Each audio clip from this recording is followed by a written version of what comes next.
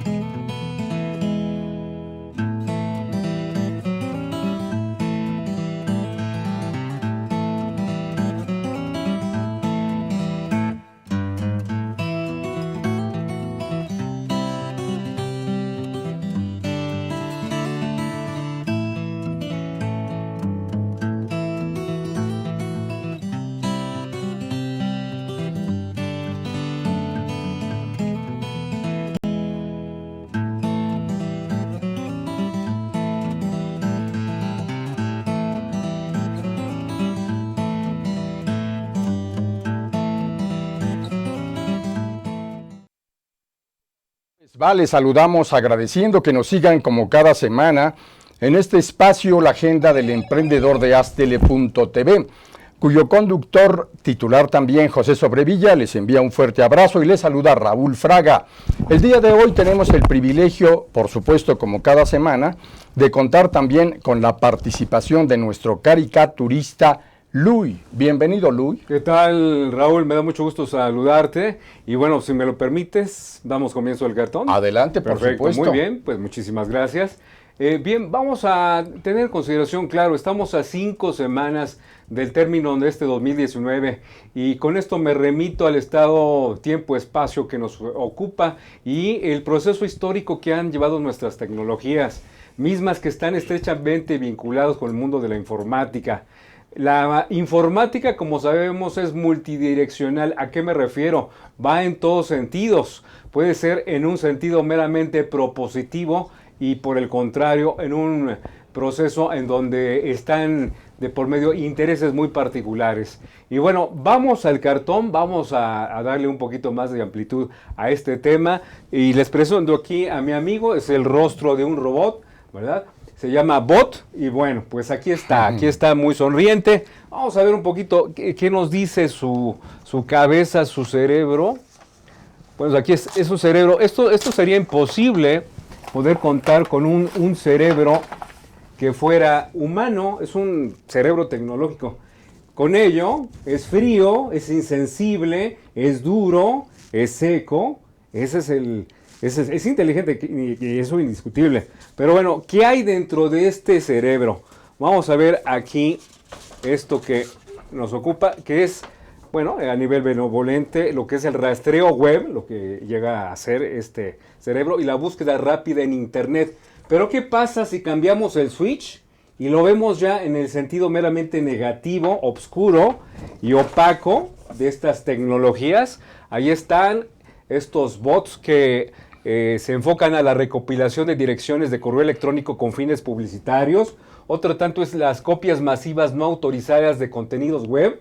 Uno más es el espionaje sistemático y finalmente la simulación de interacción humana, entre otras cosas. Entonces, bueno, esto nos hace pensar, nos hace conciencia de estos peligros y este lado positivo. Tenemos que ser conscientes como ciudadanos para establecer aquí un enfoque de protección, claro, un enfoque en donde vamos a estar con el cuidado y con las debidas precauciones para el uso de estas tecnologías entre lo que viene siendo las víctimas y los victimarios. Muchísimas gracias, el cartón del día de hoy. Muy bien, muy interesante, Luis, como siempre. Le pusiste cerebro y de qué manera a tu cartón. Muchas gracias. Y justamente este gran cartón de Luis nos permite tender el gran escenario, el telón de fondo, para el gran tema que hoy va a abordar uno de los jóvenes académicos especialista en el estudio de las redes sociales y que es el maestro Luis Ángel Hurtado. Él es profesor, investigador y académico de la Facultad de Ciencias Políticas y Sociales de la UNAM y también participa en diversos espacios académicos en otras universidades como la Iberoamericana. Cotidianamente, por supuesto ustedes lo han visto, analizar este gran tema sobre qué consumen o cómo consumen los mexicanos las redes sociales, que se ha difundido en diferentes medios de comunicación. El maestro Luis Ángel Hurtado también es director general de la firma Comunicación Política Aplicada, y nos da mucho gusto que hoy nuevamente esté con nosotros. Un gran privilegio, Luis Ángel. Raúl, muchas gracias. Con un tema especialmente importante, porque solo faltan 6 días para que se cumpla el primer año del gobierno de la 4T que encabeza el presidente Andrés Manuel López Obrador. ¿Cómo puede hacerse el corte de caja anual en el contexto de esta muy importante investigación, innovadora sin duda, que tú has estado trabajando sobre bots, troles y todo el mundo digital en la ciberpropaganda, Luis Ángel? Pues mira, fíjate, es muy interesante esa pregunta, Raúl, porque precisamente estamos hablando de un gobierno que llegó con muchas expectativas, un gobierno que le dio esperanza a millones de mexicanos. Cierto. Y que en estos, sobre todo en estos últimos meses, a raíz de ciertos sucesos, comenzó a verse un poco más frágil estas propuestas, a dudarse en algunos sentidos de estas propuestas, de esta esperanza que se había construido, y no por ello pues la pérdida de puntos, digamos, de popularidad del presidente. Sí. Pero en ese terreno entramos con un análisis que hicimos o hemos estado haciendo durante todo este año para medir precisamente el terreno digital, porque ese terreno últimamente ha jugado un papel muy importante, no solamente en el terreno político mexicano, sino en el espacio público digital mundial. Cierto. Hoy en día la tecnopolítica, que es, digamos, la forma en cómo se le conoce, así es, ha jugado un rol al grado de que en muchos escenarios es de vital importancia poder, digamos, ganar estos espacios para, digamos, ganar posiciones políticas o en algunos casos también elecciones políticas. ¿Cómo veo ahora el escenario con Andrés Manuel? Pues bueno, por una parte pues vemos este gobierno que en su momento cuando fue de oposición criticaba, digamos, el papel que jugaban sus antecesores, ¿no? Cómo jugaban el papel, digamos, tanto Peña Nieto como Felipe Calderón en el espacio público digital. Primero, digamos, el caso de Peña Nieto, en el cual no le daba, digamos, importancia a temas coyunturales, y por otra parte también se le criticaba el uso de recursos públicos para la contratación de lo que comúnmente se conoce como cuentas automatizadas, o mejor conocidas como bots. Sí. Bajo esa lógica, pues bueno, se criticó. Cuando llega este gobierno, pues hay apertura, digamos, de libertad de expresión, pero sobre todo hay libertad, digamos, de cuestionamiento al poder ejecutivo. Trae un nuevo modelo de comunicación política que instaura desde los primeros días de toma de protesta, y que digamos que busca ante todo acercar, digamos, las acciones de gobierno de este ejercicio, digamos, de esta administración hacia el terreno de los medios de comunicación. Las famosas mañaneras se instauran. Claro. Y con la llegada de las mañaneras, pues se cree que pues hay un diálogo fraterno, hay un diálogo recíproco, se le puede cuestionar directamente al Ejecutivo, y el Ejecutivo pues tiene, digamos, las facultades para también contestar o no contestar en llegado momento. Pero con ello, pues, en llegado momento, los primeros meses hablábamos de una luna de miel, ¿no? En el cual el presidente estaba muy bien posicionado, sin duda. 70% de aprobación, digamos, en diferentes sondeos que se le hacían, pero empezaba ahí algo como que a no cuajar en el terreno digital, porque la oposición, pues ya al no tener reflectores, digamos, en los medios tradicionales, pues comienza con estrategias digitales, principalmente en Twitter, para posicionar, digamos, todos aquellos temas en los cuales se le cuestiona al presidente ciertas decisiones. Y en este terreno, pues empieza un debate. Hay un debate y comienza a instaurarse lo que muchos especialistas, no solo nacionales sino internacionales, hablan como la polarización de la política o la polarización de la sociedad, en la cual tú estás a favor de un tema o estás en contra, o estás conmigo o estás en mi contra. Y bajo esa lógica, pues también en las mañaneras empieza a dar ese intercambio, digamos, de opiniones, en las cuales el presidente también cuestiona el papel que juegan los medios de comunicación. Y con esto, pues llegamos a un terreno frágil, porque hace unos días, pues ocurre unos sucesos lamentables con el operativo en Culiacán, el cual pues deja ver pues cierta carencia por parte del gobierno en materia comunicativa de cómo transmitir, digamos, la información de lo que estaba ocurriendo en ese momento. Cierto. Y por otra parte, pues vemos también una lucha encarnizada que ya se venía dando de meses previos, pero que aquí la vemos fraguada, en la cual pues hay un grupo de personas que apoya rotundamente al presidente, pero también hay un grupo de personas que está todo el tiempo, digamos, criticando las acciones. Uh-huh. Y con esto pues tenemos un gran choque, digamos, de dos trenes, lo cual conlleva a una especulación, bueno, más que especulación, a una cuestión de espectáculo, la política del espectáculo. La farandulización de la cosa pública. De la cosa pública.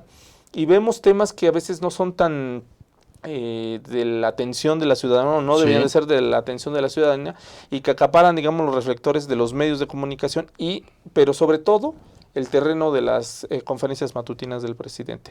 Temas que son irrelevantes, que se vuelven del dominio de la agenda pública, y no solamente la agenda pública tradicional, sino que también entra en el terreno de la agenda pública digital, y ahí es cuando empieza a cuestionarse en el sentido de decir, a ver, hay temas relevantes como lo que ocurre en Culiacán, y de repente hay un tema que no tiene nada que ver, y sale, digamos, a la colación en las conferencias matutinas.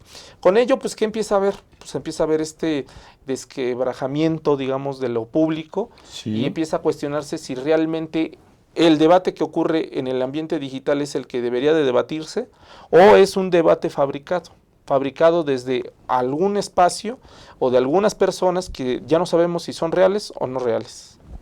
Luis Ángel Hurtado, cuando el presidente de la República, Andrés Manuel López Obrador, se refiere desde que era candidato a las redes sociales, les otorga el calificativo de benditas redes sociales, sobre todo por la cantidad impresionante de votos que le acarreó.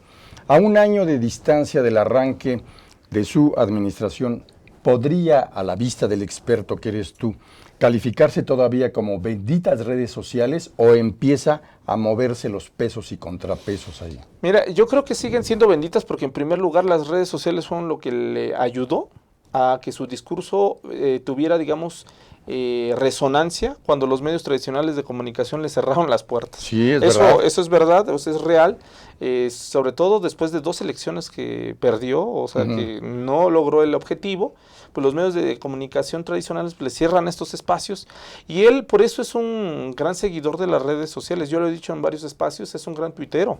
Sin duda. Y es el primer youtuber político que tiene nuestro país, porque empieza a posicionar temas de agenda con videos en YouTube.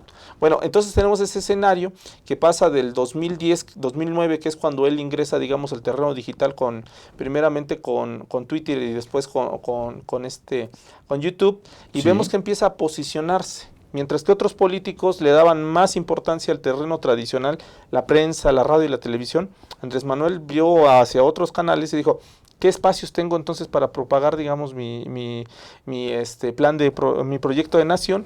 Pues me queda el terreno digital y empieza, digamos, a incubar. Y la gente pues empieza por lo regular a acercarse, digamos, a estos espacios o a ese discurso, precisamente porque la gente que está en las redes sociales son personas que en llegado momento han criticado, digamos, la posición de los medios tradicionales de comunicación. Principalmente la parte del duopolio televisivo. Excelente. Después de la pausa continuamos con este muy importante análisis. Sigan aquí.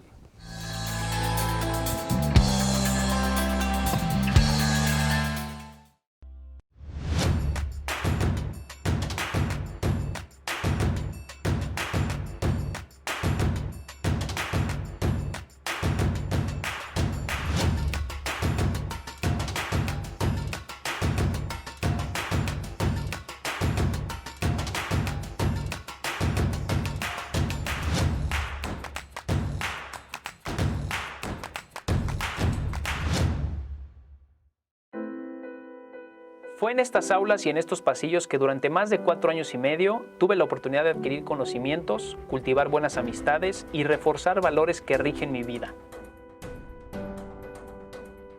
En mi gestión al frente de Jardines de México, trabajando con responsabilidad y honestidad, y en conjunto con un grupo multidisciplinario, hemos podido colocarnos como un punto emblemático del estado de Morelos y llegar a ser reconocidos como el jardín floral más grande del mundo.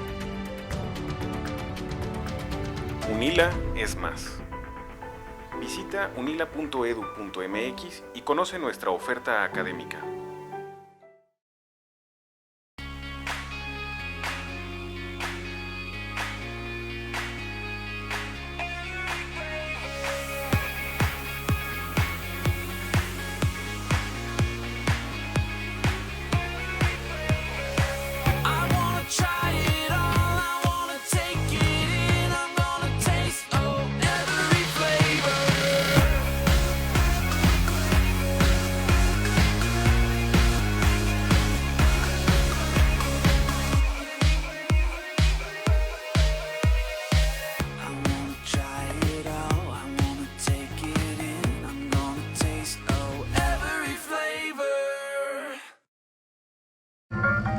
¿Cómo te fue?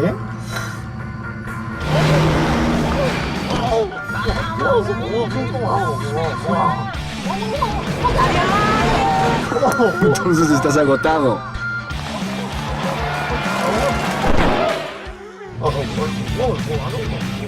Rehidrátate con el balance perfecto de agua, glucosa y electrolitos y recupera el equilibrio en tu cuerpo. Electrolit, hidratación total, científicamente hidratante. Consulta a su médico.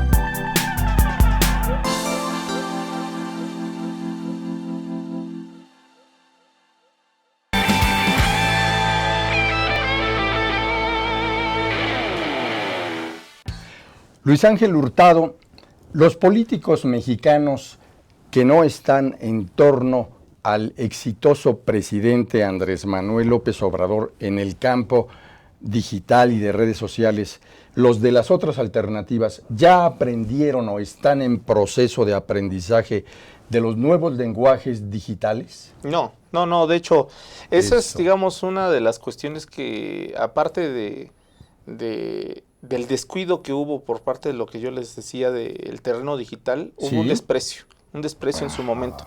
Los políticos que ahora están en la oposición, ¿Sí? en su momento le dieron tanto peso a la televisión, le dieron tanto peso a la radio y a la prensa, y descuidaron el terreno digital, cosa que Andrés Manuel en su momento, pues él aprovechó y ganó el terreno, no solamente el terreno en el aprendizaje, ¿Sí? el aprendizaje, el lenguaje, los usos, sino también ganó el terreno con los seguidores. Los seguidores son, es algo bien interesante porque la gente que se ha refugiado en el terreno digital son todas aquellas personas que ya están, cuestionan o dudan o no tienen un grado de legitimidad a los medios tradicionales de comunicación, principalmente la televisión. Son personas que están, digamos, molestas con el papel que han jugado estos medios en llegado momento de la historia de México, y se han refugiado en las redes sociodigitales y han buscado en estas redes sociodigitales zarcir, digamos, todos aquellos atropellos que hubo, digamos, en libertad de expresión, en derecho a la información y en transparencia, y lo buscan de una manera más activa. Bajo esa lógica, pues es, digamos, que el público que ve a Andrés Manuel en su momento como la vía para que, digamos, transformar realmente la vida pública del país. Y en ese sentido, pues bueno, empieza a generar, digamos, desde el 2009-2010 Andrés Manuel, pues, esta resistencia en las redes sociodigitales, y sus adversarios, pues, le toman importancia, pero a la vez dicen, no merece tanta importancia las redes sociodigitales. Para mí, para ser, digamos, presidente, pues necesito la televisión. No olvidemos que en el 2012 se cuestionó duramente a mediados del proceso electoral el papel que jugó Televisa en la cobertura del proceso electoral y la preferencia que tuvo hacia un candidato a la presidencia, que fue en ese momento Enrique Peña Nieto, ¿no? Al grado de que cuando acudió este personaje a la Universidad Iberoamericana, y se le apela o se le pregunta sobre ciertos acciones que tuvo como gobernador en el Estado de México, pues bueno, se ve un personaje pues débil en el discurso, incierto, inseguro, pero todo eso que yo te comento, Raúl, mágicamente se borra de los medios de comunicación. Cierto. Y solamente se pone, digamos, el lado negativo de los estudiantes, que en su legítimo derecho de cuestionar, porque para eso van los candidatos, y estamos hablando que las elecciones son para eso, y los actos públicos públicos, sobre todo las asambleas, son para eso, para cuestionar al candidato, pues lo borran mágicamente del discurso de las televisoras y presentan el lado, digamos, negativo, digamos, de los estudiantes y los cuestionan con un apelativo que es muy frecuente en las televisoras principalmente, es decir, pseudo estudiantes. El pseudo sí, me acuerdo. Pseudo estudiante, pues, y eso genera o irrita, digamos, a los jóvenes, y los jóvenes después cuestionan y dicen, no, yo no soy pseudo estudiante, yo sí soy estudiante de la Universidad Iberoamericana, porque luego decían, no, pues es que son pseudo estudiantes de otras escuelas o miembros de un partido político. Y pues salen estos chicos a defender su derecho como ciudadanos, y a la par pues van creando o conjugando un movimiento que en el imaginario colectivo todavía hoy recordamos, que es el hashtag Yo Soy 132. Y eso lapida, digamos, el ambiente digital, porque le da una ganancia o una legitimidad al discurso de Andrés Manuel López Obrador en ese momento enorme dentro de la juventud. Y esto a la vez es una bola de nieve que se volvió una avalancha para el discurso de Enrique Peña Nieto. Y esto, pues bueno, constituye después la estrategia de este personaje y en ese momento de Josefina Vázquez Mota, candidata del PAN, a utilizar lo que hoy en día, y ese es el tema que vamos a discutir el día de hoy, la generación de votos. Uso de cuentas que son reales porque existen, digamos, en el ambiente digital, pero que no son reales porque no existe una persona que esté detrás de ella. No existe Raúl Fraga, que sí realmente publica y dice, soy Raúl Fraga y lo que yo digo, pues aquí está. ¿Sí? No existe la persona que está detrás de ella. Existe en el terreno digital, y esas cuentas solamente replicaban en llegado momento, o amplificaban más bien, lo que decía el candidato del PRI o lo que decía la candidata del PAN.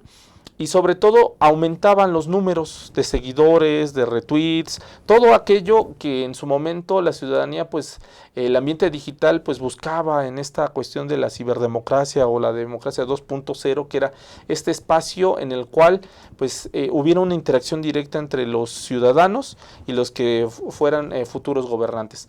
Bajo esa lógica, pues bueno, empezamos a crear esferas públicas robustas de personas no reales. Y con esto la oposición se llena de este discurso, porque en su momento pues le funciona. Cierto. Le funciona porque todavía la ciudadanía, en eso estamos hablando del 2012, no sabía distinguir entre una tendencia orgánica, una tendencia real que es generada por los ciudadanos, y una tendencia que es alimentada desde ciudadanos que no existen, que son cuentas falsas de bots o de cuentas automatizadas, y que simplemente lo único que querían era generar, digamos, peso que tenían, o ese apoyo en su momento que tuviera el candidato. Y esto nos deja un escenario terrible para la ciberdemocracia, porque vemos una democracia que con personas reales que sí quiere interactuar con los gobernantes, y vemos una democracia que no es real, que solamente inflan las cuentas de los políticos, y que sobre todo son combativas.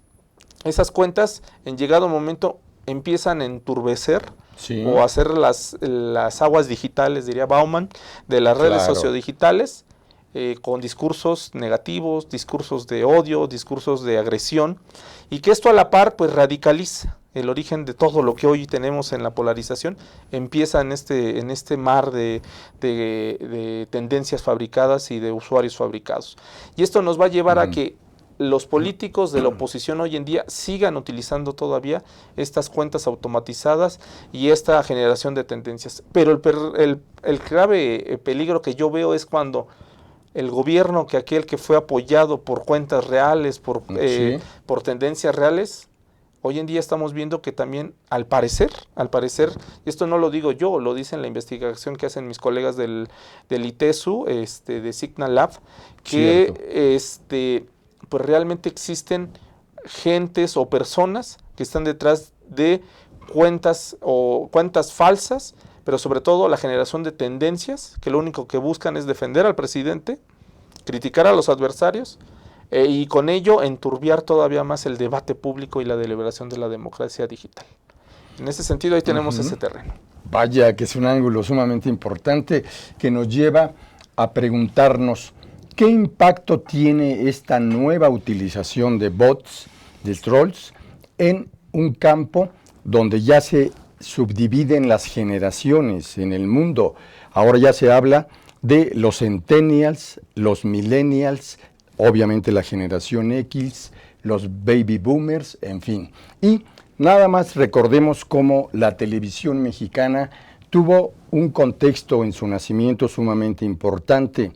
Surge la primera señal de la televisión en México el 1 de septiembre de 1950, cuando se transmite desde el Palacio de Minería el informe de gobierno del entonces presidente de la República, Miguel Alemán Valdés. Justamente al paso del tiempo, la televisión desbancará a la radio, que era el espacio rey en cuanto a influencia, pero al paso también de los lustros vendrían a darse las nuevas condiciones para el nacimiento de la era cibernética en México, cuando en 1959 llega la primera computadora a nuestro país, precisamente traída por la Universidad Nacional Autónoma de México. Después de la pausa continuaremos con este muy importante análisis del maestro Luis Ángel Hurtado. Sigan aquí.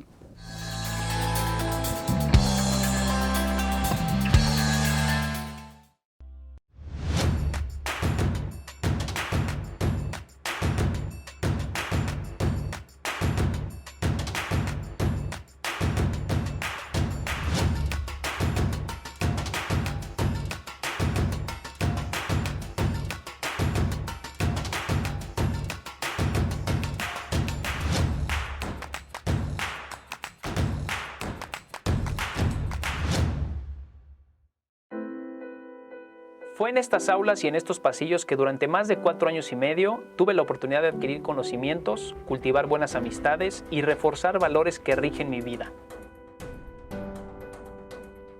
En mi gestión al frente de Jardines de México, trabajando con responsabilidad y honestidad, y en conjunto con un grupo multidisciplinario, hemos podido colocarnos como un punto emblemático del estado de Morelos y llegar a ser reconocidos como el jardín floral más grande del mundo.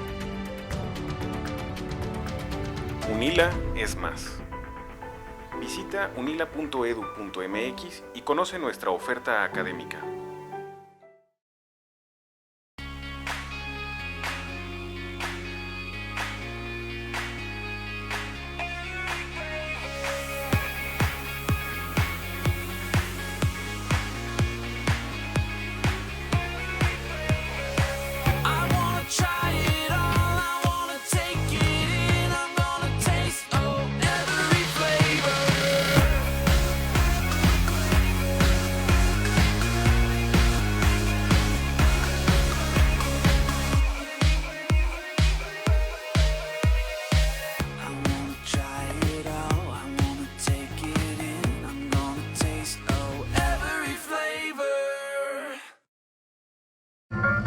¿Cómo te fue?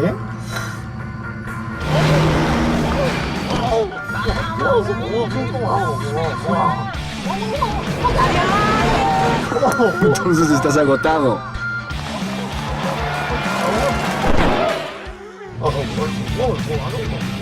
Rehidrátate con el balance perfecto de agua, glucosa y electrolitos y recupera el equilibrio en tu cuerpo. Electrolit, hidratación total, científicamente hidratante. Consulta a su médico.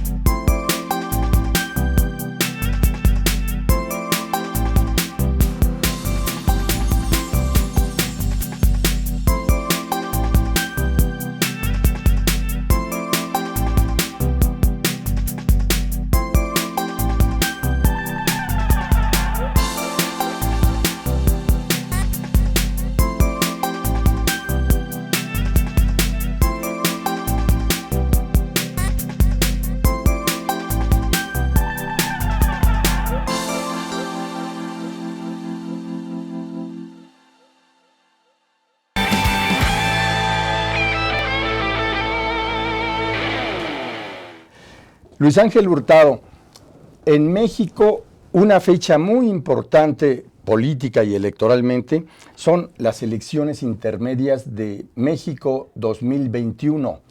¿Qué papel deberían estar jugando los estrategas de comunicación política de los partidos políticos para poder capitalizar las grandes lecciones todavía no aprendidas sobre la era de la ciberpropaganda o la tecnopolítica, como tú le llamas? Mira, yo creo que en ese sentido, Raúl, el 2021 va a ser clave para dos redes sociodigitales. La primera, Instagram, que viene creciendo agigantadamente, es la tercera red sociodigital más utilizada en México, después de Facebook y de WhatsApp. Y con ello, les digo por qué tiene tanta importancia Instagram, porque precisamente Instagram es la red social que los jóvenes más utilizan, la generación de los 14 a los 20 años, los cuales en el 2018 no figuraron tanto, precisamente porque no podían votar. Y por lo tanto, las estrategias que generaron en los ambientes digitales, las diferentes coaliciones, no se centraron en Instagram, más bien se centraron en Facebook, YouTube, Twitter y en algunos casos WhatsApp. Pero en el caso de Instagram no lo tomaron importancia. Sin embargo, en el 2021 ya la dimensión es distinta, porque grosor de personas, o este público tan grande de jóvenes, para 2018 a 2021 ya van a poder emitir, digamos, su voto.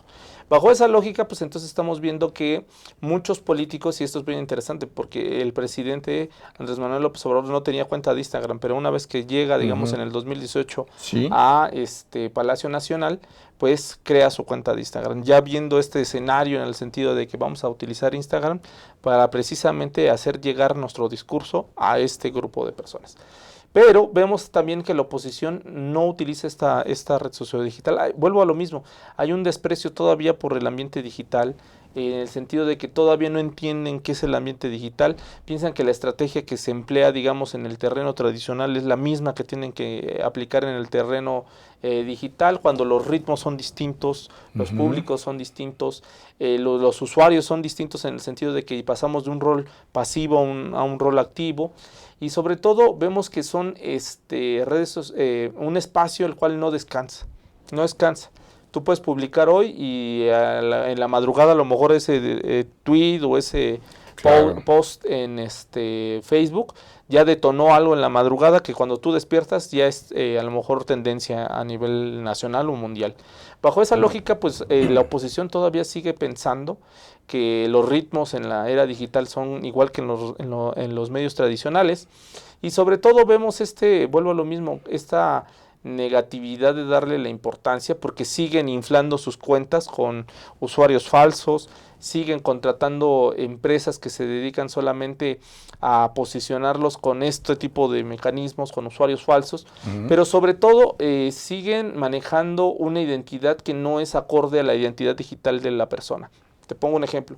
Hay personas que se han conducido, o políticos que se han conducido toda la vida sin el acercamiento directo al público, público real, cosa que el presidente es una de sus cualidades, que todo el tiempo ha hecho giras y sigue haciéndolas, y tiene, digamos, ese respaldo.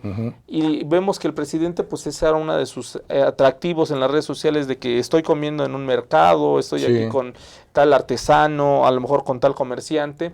Pero vemos que los usuarios hoy en día de la oposición, o los políticos de la oposición, ahora tratan de asimilar y copiar esas estrategias. Y cuando las emplean, pues no son creíbles, y con ello la imagen que construyeron durante muchos años, pues se cae como castillos de arena. No hay una cimentación y por lo tanto no hay una imagen pública digital acorde a la persona. Desde ese punto de vista, entonces vemos que pues la oposición sigue flotando, digamos, en este terreno que todavía no entiende, y no solamente no entiende, sino que no quiere entender, porque sigue con la idea, digamos, el caso del PAN, que es muy interesante, sigue con campañas negativas, nada propositivas, simplemente con campañas que pues utilizaron en el 2006 y a lo mejor le dieron resultado, pero ese era un México en el 2006 muy diferente al México que tenemos ahora, hoy en día.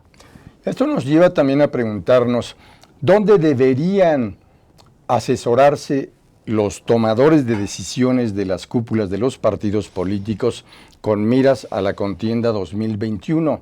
Evidentemente yo respondo una parte. Comunicación política aplicada, la empresa que tú tienes, marca la pauta de manera muy importante. Pero, ¿cuáles serían los puntos de atención especial que deberían considerar los dirigentes de los partidos para pasar del analfabetismo digital y empezar a acreditar sus nuevas acciones hacia el 2021? Pues mira, te lo voy a decir como lo he dicho en muchos espacios, en medios o en espacios de conferencias, es muy sencillo, hay que darle el lugar o el respeto que merece el público al que te diriges. Excelente. O sea, si tú no vas a respetar al público, si tú vas a ser soberbio y no vas a interactuar con el público, entonces no tiene caso que te busques después que ese público te rinda pleitesía. Bajo esa lógica, entonces hay que darle mucho respeto al público, hay que pensar como el público, hacer muy, ponerse en el lugar de los ciudadanos o del público que se están dirigiendo, y bajo esa lógica, los mismos usuarios se van a ir dando cuenta de que encontramos a un político distinto, un político que se acerca a ellos, que interactúa con ellos, y sobre todo que da la apertura al diálogo. Que eso es algo que la democracia 2.0 o la tecnopolítica nos permite. Este nuevo espacio digital o los espacios digitales nos permiten esa interacción, pues hay que aprovecharla, no hay que dejarla ahí. No hay que pensar todavía en el terreno de los medios de comunicación tradicional, en el cual solamente emitían y ahí dejaban, digamos, el mensaje y decían el público es pasivo. No, aquí te da la posibilidad, y si tú lo usaras muy bien, si tú hablaras con el público, habría grandes, digamos, resultados bajo esa lógica. Yo ese es, digamos, que el origen de todo. Les recomiendo bastante que se acerquen primero al público, hablen con el público y le den todo su lugar al público, porque de eso dependen. Muy importante. En el contexto internacional dejó referencia, registro histórico, la campaña de Barack Obama como el primer político que utilizó con gran visión, sensibilidad e inteligencia las redes sociales. Hoy, 2019, ¿cuál sería el ejemplo importante, quizá modelo para aprender en el contexto internacional? Mira, esa es una pregunta muy interesante, porque el modelo de Barack Obama ya se agotó. Así es. Y se agotó tanto así que en el 2016 la campaña de Hillary Clinton estuvo basada al 100% en el esquema de Barack Obama, cosa que no tenían contemplado en su momento, o más bien cosa que dentro de su partido no consideraron que su adversario, que fue el caso de Donald Trump, ellos no iban a utilizar un modelo de comunicación tradicional digital como el que utilizó Barack Obama, que precisamente era esto que te decía. Barack Obama gana gran simpatía porque él interactúa, él se acerca, digamos, a los usuarios y les ofrece algo que rompe, digamos, ese trazo entre el político y la sociedad, que es: te comparto mis momentos íntimos, los llevo contigo, no solamente de mi trabajo, sino que a lo mejor hoy decidí que él es un gran basquetbolista, le gusta y dice, pues aquí estoy viendo a los Lakers o estoy viendo a los Chicago Bulls, ese tipo de cosas, y la gente lo vio más como una persona real, no tan alejada. Y digamos, en el terreno, digamos, digital, pues causó gran revuelo, al grado de que pues la gente lo veía más humano que, digamos, político. Cierto. Bajo esa lógica, pero llega el caso de Donald Trump, y Donald Trump dice, no, a ver, momento, nosotros no vamos a seguir ese esquema, porque si entramos en ese esquema vamos a perder la elección. Y él entra en un terreno en el cual apela a toda cosa, o sea, él increpa a todas las personas, increpa al entonces presidente, increpa a su adversaria, increpa a las instituciones de Estados Unidos, o sea, cuestiona las instituciones, cuestiona la misma sociedad, y eso en llegado momento genera un público que se ve reflejado en ese discurso. Un discurso en el cual te dice, pues la culpa de que Estados Unidos esté en un proceso, digamos, de desaceleración es por todos los migrantes que hay. Y ese discurso a una gran parte de los norteamericanos les gustó. Y empieza. Y también hay gente que, digamos, se ve reflejado en el decir, ¿por qué nosotros pagamos impuesto? Vamos a darles seguros de gastos médicos a aquellos que no trabajan. O sea, empieza a cuestionar cosas que en llegado momento, pues Obama fue de las grandes hazañas que hizo durante su gestión y que encuentra un público muy interesante. Y eso pongo mucha referencia porque uno pensará que el caso de Trump es un antipolítico o no debería de ser un político. Encontramos a una persona que sabe tuitear, es un gran tuitero. Claro. Tiene unas características para posicionar en la agenda mediática de Estados Unidos sin necesidad de los medios tradicionales y sin necesidad de tantas conferencias matutinas. Ajá. Él publica y a partir de que publica todos los medios lo retoman. Y publica, y vuelvo a lo mismo del cuestionamiento hacia a todo aquello que no sea Trump, cuestiona a las autoridades diciendo que inventan cosas, o números, cifras, cuestiona a los políticos, a sus adversarios, que son aquellos que no permiten el desarrollo del país, cuestiona, digamos, a otras naciones que no están cumpliendo, digamos, con los acuerdos, y desde ahí empieza a brincarse ciertos obstáculos, incluso hasta el mismo Congreso, para generar, digamos, tendencia no solamente en su país, en todo el mundo. No olvidemos que el boicot que empieza contra China y no se diga contra México, lo empieza desde redes sociodigitales.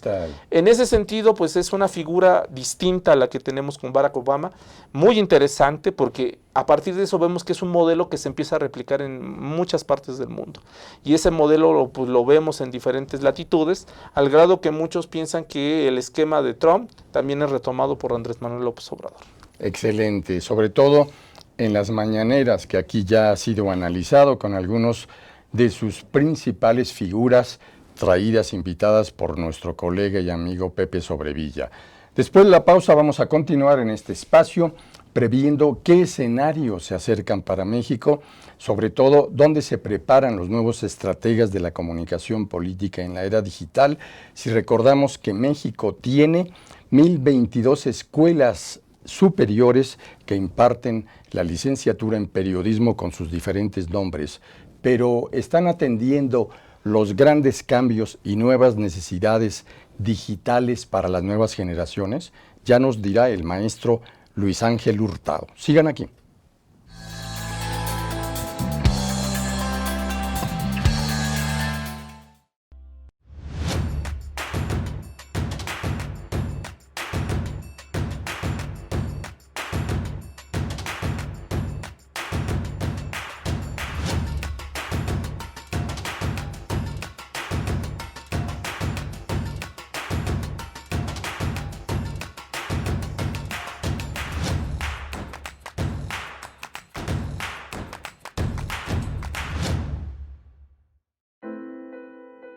Fue en estas aulas y en estos pasillos que durante más de 4 años y medio tuve la oportunidad de adquirir conocimientos, cultivar buenas amistades y reforzar valores que rigen mi vida. En mi gestión al frente de Jardines de México, trabajando con responsabilidad y honestidad, y en conjunto con un grupo multidisciplinario, hemos podido colocarnos como un punto emblemático del estado de Morelos y llegar a ser reconocidos como el jardín floral más grande del mundo. UNILA es más. Visita unila.edu.mx y conoce nuestra oferta académica.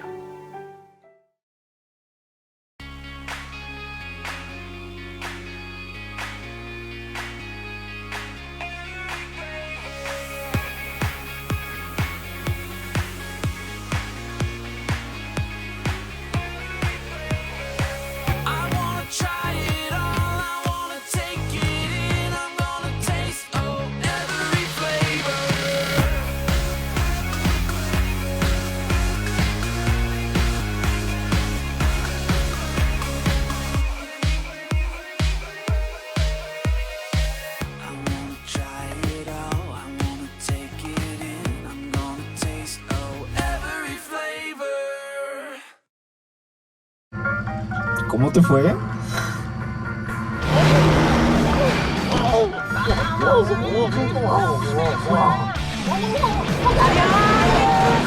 Entonces estás agotado.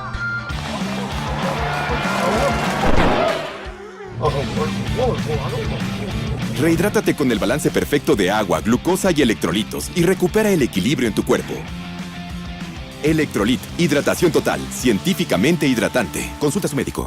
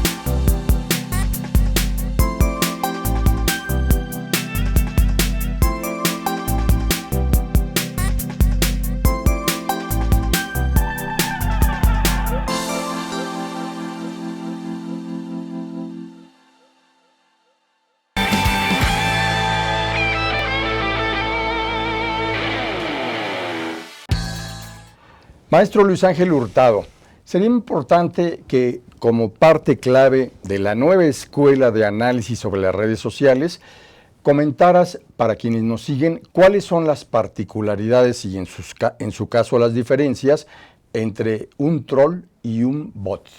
Mira, Raúl, lo voy a poner así muy sencillo, como ya lo decía al principio del programa, un bot es esa cuenta automatizada, es una cuenta que sí existe, o sea, debemos de dejar claro eso porque piensan que no existe. No, sí es una cuenta que existe, existe en el espacio público digital, pero esa cuenta no está respaldada por alguien físico que está detrás de ella, que es la que la administra. Más bien esta cuenta es una cuenta la cual es automatizada porque tiene un software, en muchos casos, un software el cual está, digamos, operando y dándole, digamos, las características para la interacción que tenga. Esa es una parte. Pero también hay, digamos, eso es dentro de la escuela nueva de los bots. En México esas escuelas nuevas es muy raro encontrarlas, esta forma de hacer bots. Más bien encontramos la vieja escuela, que son esas famosas granjas de bots, que son 20 o 30 personas en un lugar específico y que cada una de ellas, esas 20 o 30 personas, tienen 10 o 20 cuentas de Twitter o de Facebook o de la red social que sea, y estas 20 o 30 personas están, digamos, coordinadas bajo una persona que les dice, ahora vamos a apoyar, ahora vamos a criticar, ahora vamos a apoyar, ahora vamos a criticar. Esas son, digamos, las dos características o las dos escuelas que existen dentro de los bots. Uno, que a lo mejor solamente necesita una persona para que con un software tenga a disposición 50, 100, 200, 1000 cuentas y esas 1000 cuentas repliquen lo que esa persona diga. Y otra, que tenemos a un grupo de personas que están en un lugar específico y que esas están, digamos,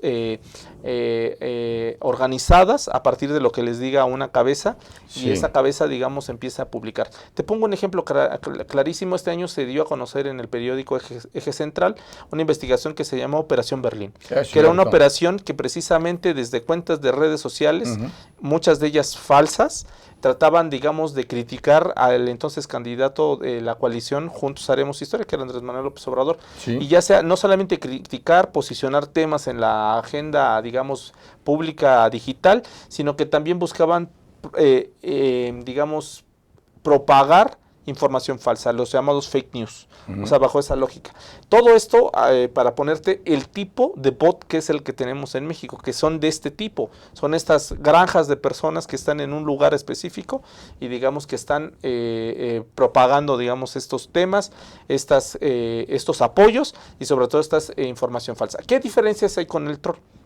El troll es un usuario que sí existe, es un usuario que sí existe, es un usuario que todo el tiempo está, yo hago la analogía como un francotirador, está esperando que aquel adversario que tiene, aquel persona que no simpatiza, se equivoque, para a partir de que se equivoca, irse con todo en comentarios, videos, referencias, memes, lo que sea. Buscando la viralización. Exactamente, buscando el tropiezo y sobre todo del tropiezo que muchos otros se sumen a ese tropiezo. Y que digan, mira, ya le pegó él, pues yo también lo iba a hacer, pero tenía como que temor, ahora me sumo, digamos, a esa crítica que hace esta persona.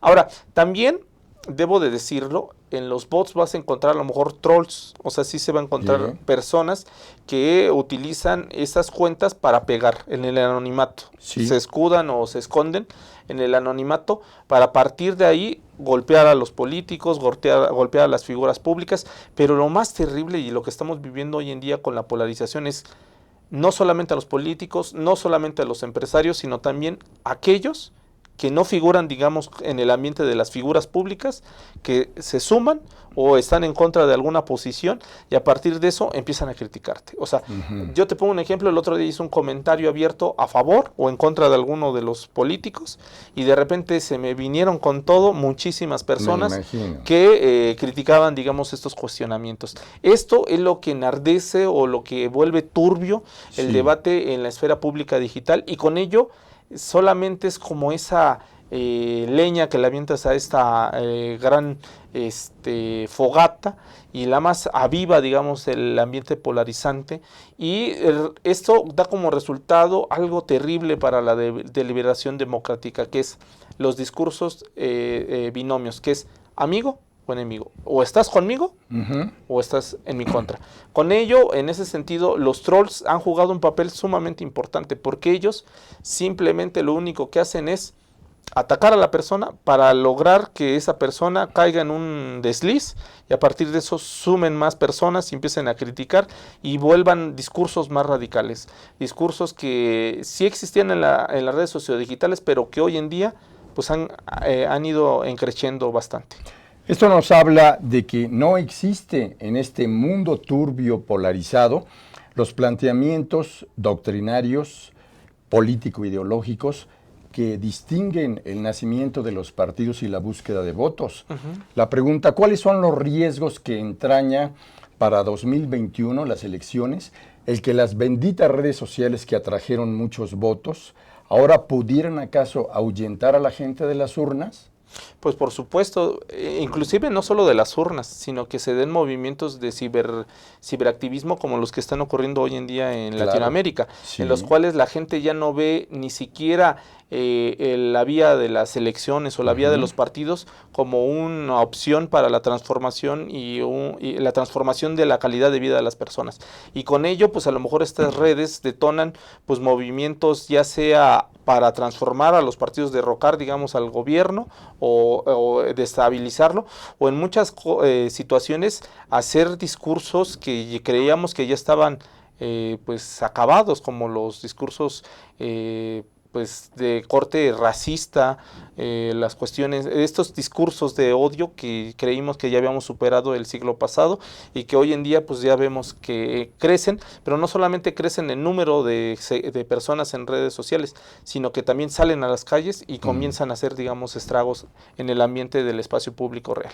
O sea, atentan contra la civilidad política y el verdadero avance democrático. Por supuesto, o sabemos en este sentido que este escenario polarizante puede ser en llegado momento un foco que deberíamos de poner mucha atención, sobre todo los políticos, que puede ser un riesgo para la democracia de cualquier nación, al grado de que, vuelvo a lo mismo, puede surgir un movimiento de ciberactivismo que llegue al momento que desestabiliza al país, o por otra vía también podemos ver que lleguemos a las elecciones 2021 y con ello todo aquello que habíamos formado o construido pues no se dé, y con ello, ¿qué quiere decir? Que el único que puede salir beneficiado, digamos, de toda esta polarización en las redes sociodigitales es el abstencionismo, ese ingrediente peligroso que todas las democracias no queremos. Ahí están los puntos de atención especial, los focos encendidos en el tablero político electoral 2021. Muchas gracias, maestro Luis Ángel Hurtado. Excelente todo lo que nos compartes en esta nueva sesión. Muchas gracias. Al contrario, Raúl, muchas gracias y a tu auditorio. Gracias, por supuesto. Agradecemos a todos a quienes nos siguen en estas tecnologías de la información y la comunicación, invitándole a que cada semana estén aquí en el espacio de reflexión y análisis político de la Agenda del Emprendedor. Hasta pronto. Astele.tv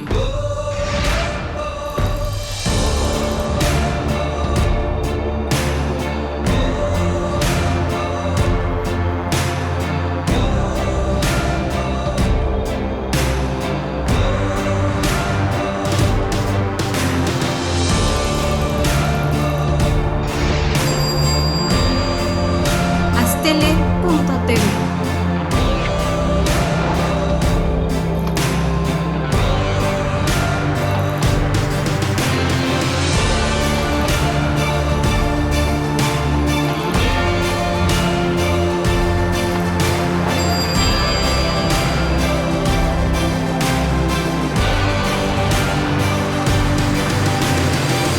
Astele.tv